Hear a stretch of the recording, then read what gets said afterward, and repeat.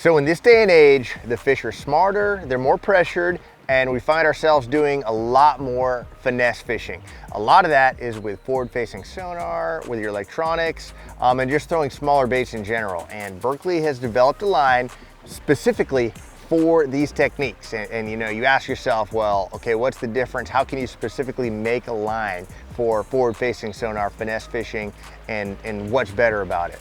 So there are a lot of line manufacturers out there that say their line casts further, but essentially they're all made the same.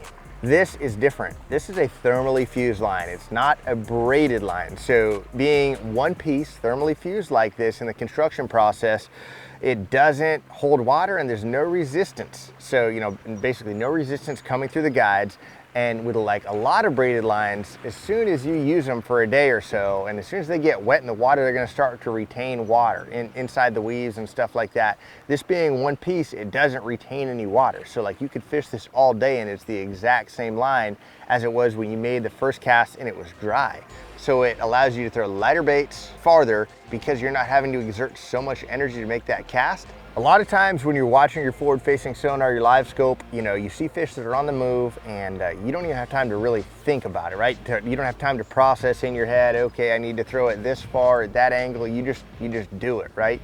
And again, being able to do it in a smooth, fluid motion is going to be a lot more accurate than having to absolutely launch it to get it where it needs to go. Less chance of the line sticking to your finger, or you know, just flat out making an inaccurate cast. There's nothing in fishing on live scope worse than making bad casts, because oftentimes you get one shot at that fish, and if you miss your first shot, if you throw it short, which is the worst thing you can possibly do, or you throw it one way or the other, the fish is out of sight, or you've alerted it into your presence and you're not going to get a second shot at that smart fish. When it comes to the sensitivity, like I said, you can feel the bites better because it's not a braid.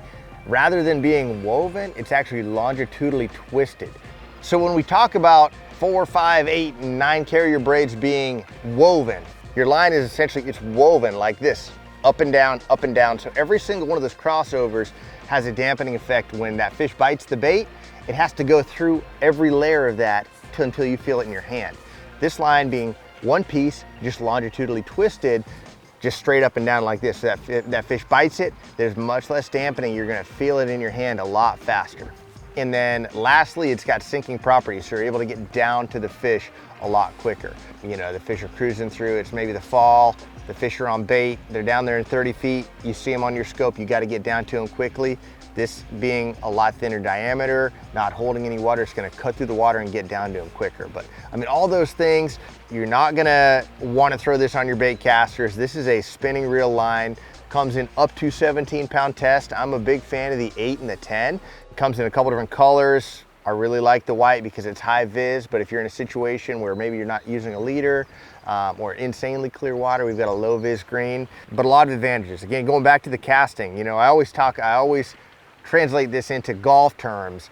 Say you're sitting on a par 3 and you need to hit the ball 150 yards, and you could hit a 9-iron as hard as you possibly can hit it and maybe get it there, or you can hit a nice, smooth, easy 8-iron and hit that green because you're not swinging too hard. It's no different with fishing. You see a fish on your live scope out there 80 feet away, you could really muscle a cast with your traditional spinning rod line and get it there.